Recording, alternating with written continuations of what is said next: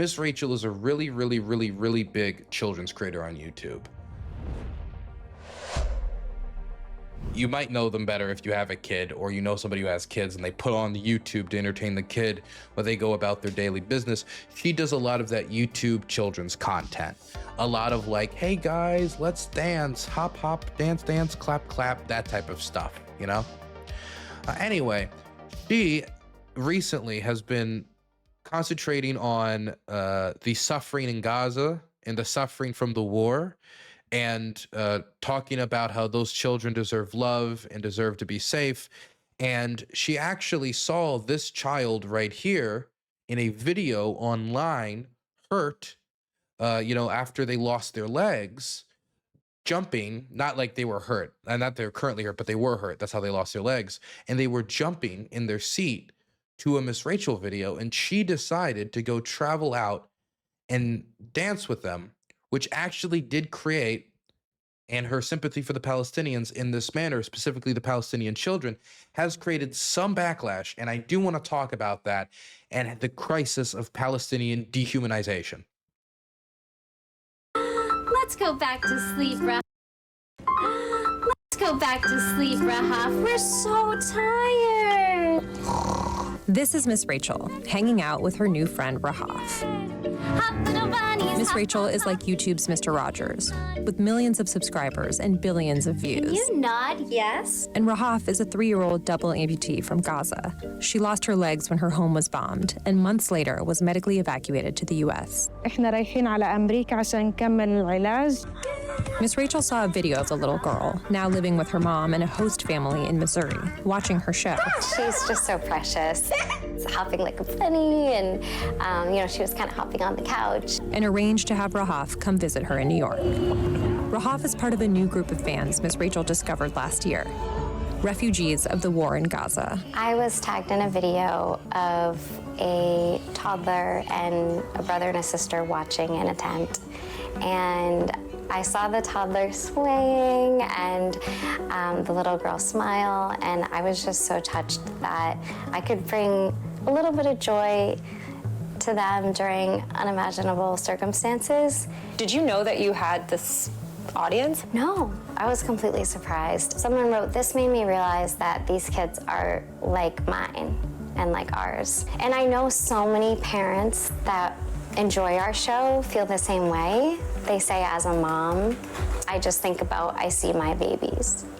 All children are worthy. She's posted more and more about Gaza as the war has gone on, highlighting the humanitarian crisis and launching a fundraiser for kids. She's gotten supportive comments, but there's also been backlash. The bullying is so bad. It's so bad.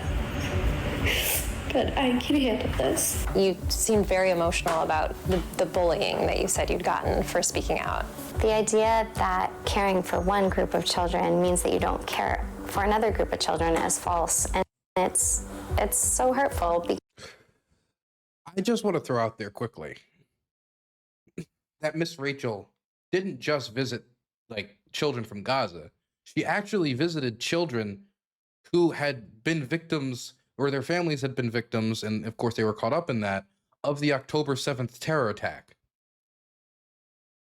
So it's not like she is excluding sympathy for like Israeli kids who suffered, or kids around the world somewhere else that suffered, and she's like, I don't know, like Gazan kids above all, or so. I don't know what people would think looking at. I mean, to me, this is just children. This is like as innocent of children's content as you could imagine, and as pure as sympathy as you can imagine. Just the basic sympathy of, you're a children's content creator, you care about children, you want children to be safe. It's the type of stuff that I would imagine Mr. Rogers would get behind. And if there's any standard for children's education, it is Mr. Rogers. Did you know he was a bomber pilot? It's kind of hard to imagine that guy, be training to like drop bombs, isn't it? Mr. Rogers, with that calm demeanor of his. Very interesting man he is. But the thing is, she visited Israeli kids. She visited Israeli victims of violence.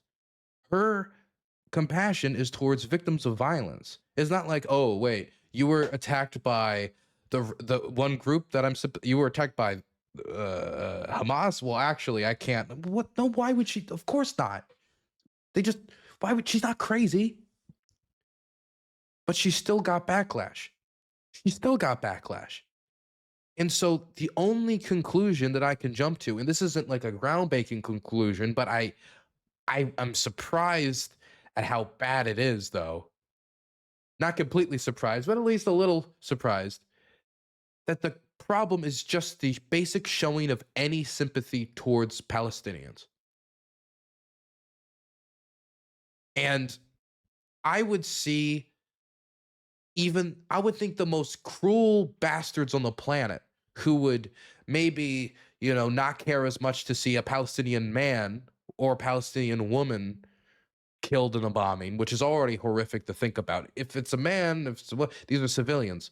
But who is so vile? Who is so vile? Because, I'll hear people say, well, that Palestinian probably thinks X, Y, and Z about Jews. And that'll be the justification, assuming what they believe. You have no fucking clue. Assuming what they believe. And even if they do believe that, you know how many people I know in this country that believe horrible things about Jews? You want to know how I can find them? I open my social media feed. That's how I can find them. That's how I know them. Do I think every single one of those people should combust? Even if I was to follow that logic, but the idea of just they're just so flawed, they're unsalvageable as a people. While polls come out from Haaretz that 82% of Israelis want to Jewish Israelis specifically want to expel Palestinians from the Gaza Strip, are those people unredeemable for wanting to engage in ethnic cleansing? Are those people unredeemable to the point that their lives don't matter? Or is this the type of stuff that happens during a war, the type of disgusting beliefs people believe, and how propaganda affects people, how hatred affects people? They're all living beings. But this whole debate, I'm like, oh, what do they believe? These are children. These are children so small and so young that they can't believe anything. If they believe anything, is that juice box is rock, Cookie Monster is God, and gotta go watch more iPad. That if they believe anything, that's what they believe. But to look at sympathy for the most innocent among us, who at no fault of their own or in their position was born into Gaza, in some cases born into the war, now that the war has been going over 600 days now, to not show them sympathy is to get into a inherent evil of them as a group, to the point that you're taking the view of an extermination policy. That's the only way I can think about it, that they're so flawed that the children don't deserve sympathy. The next logical step is genocide from that thought. It is. It is. If you cannot show sympathy to a child, then you have dehumanized that group to such a point that you're the type of person who'd be putting village after village up against the wall if you were put in that position. And I'm not saying most people would be put in that position, thank the Lord. But if you were, you would. Or if you wouldn't, you would at least look the other way.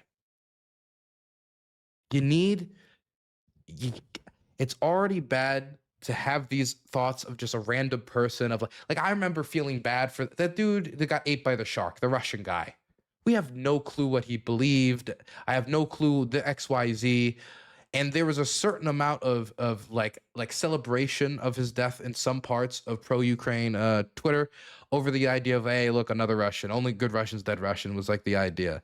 And that type of dehumanization is bad. It's awful. I don't like it. But in this instance, we're not even talking about a grown man. We're not talking about somebody who can feel, believe. That type of inherent belief of the individual as evil is genocidal ideology. Because if they're inherently bad, what do you do with them? If by birth they're evil, what do you do with them? If by birth they're a threat, if by birth they're a terrorist, if by birth they are not deserving of sympathy, what do you do with them? And I wanted to read just one segment from a New York Times article on this. Why tot celebrity Miss Rachel waded into the Gaza debate. I don't like this headline. In fact, I would say I really don't like this headline. Waded into the Gaza debate? What debate? There's no, she's not debating anything. There's no, what's the debate? Should children die? Yes or no? Is that the debate? Should we find out what it's like to see a pacifier next to a corpse? Yes or no? What's the debate? Should children be should amputee children be deserving of sympathy? Is empathy ever worth it? I really hate this headline. It disgusts me. It disgusts me. But there's one section in this I wanted to show, right? I wanted to show you how I can't be nice to this person. I read it and I start seething. Here is somebody who thinks that Miss Rachel, what they did is bad. Bad.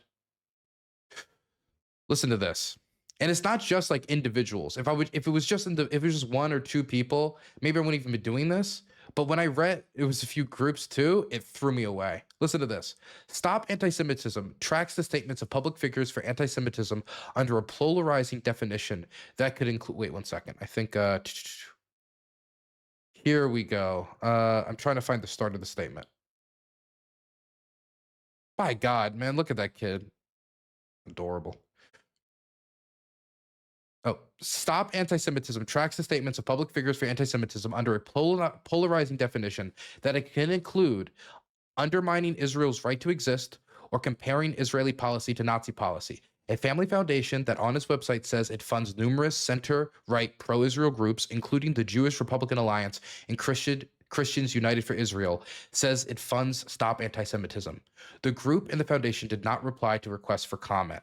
This was one of the groups that was condemning her and was like going after her. Then there's not just individuals, there's organizations that are going out there and trying to back politicians, real political influencers, movers and shakers, that just seen a woman show a child a molecule of sympathy and joy to escape the disgusting terrors of buildings collapsing on top of you and the rooms that you were grown up in now becoming your coffin, as you're crushed and slowly suffocated, as your lungs fill with dust. It is horrible. And to let them escape for that for a moment, that is deserving of movers and shakers of real political influence coming out and going after her. Going out and going after that she did something evil for showing a child love. Okuro's activism has divided Jewish parents distraught by the relative dearth of posts about Israeli children with whom many Jews worldwide feel a powerful connection. Miss Rachel seems to be someone who is really, really good-hearted, but in the context of everything that's going on, she says, I care about all children, but really she's talking about the children of Gaza. Stacey Hackner, a teacher at a London Cedar, a school of Jewish instruction, said in an interview, that has left a lot of Jewish parents feeling quite disheartened.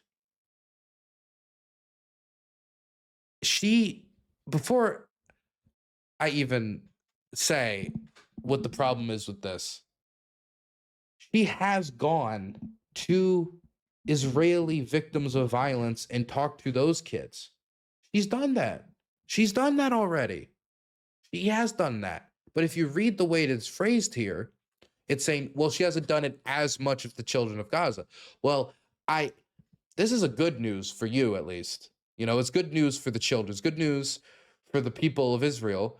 But since October 7th, very few Israeli children have died.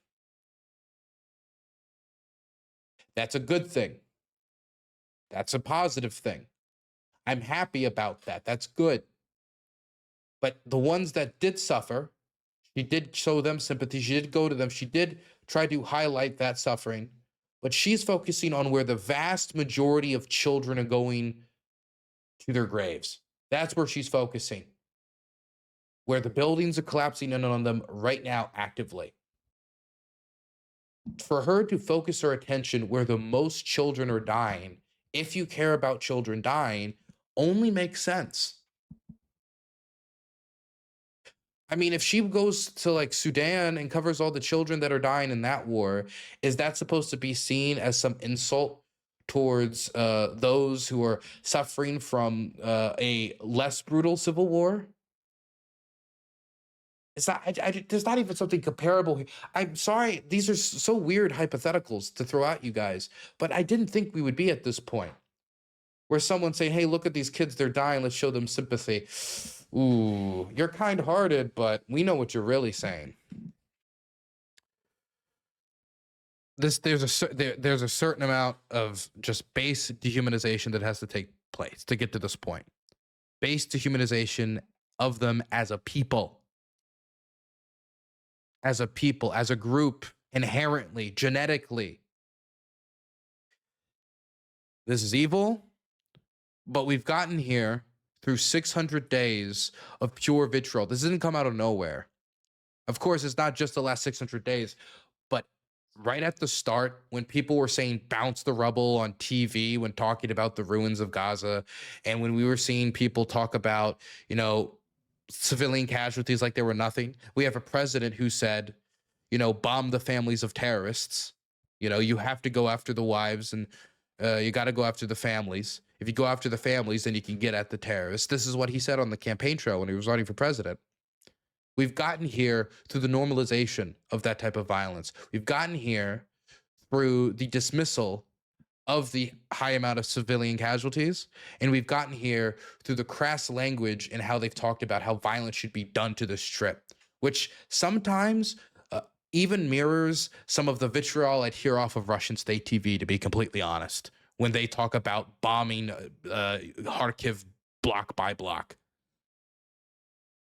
And the only thing that I can think to do is that when people engage in this type of language, you have to tear them in half. You have to tear them in half. You have to say very clearly that these people do not care about children dying, that they are not pro-life. You cannot pretend to be family values if you like to watch these families blow up, or if you're fine with the targeting of families, or if you're fine with them. It's one thing to be pro-Israel in the United States. That has existed for a millennia, since in politics, at least to me, at least, you know. That's not going anywhere anytime soon. It's another thing to be a rabid, bloodthirsty monster who's, when they see children suffer and someone give them sympathy, your first thought is, I don't know about that, Chief.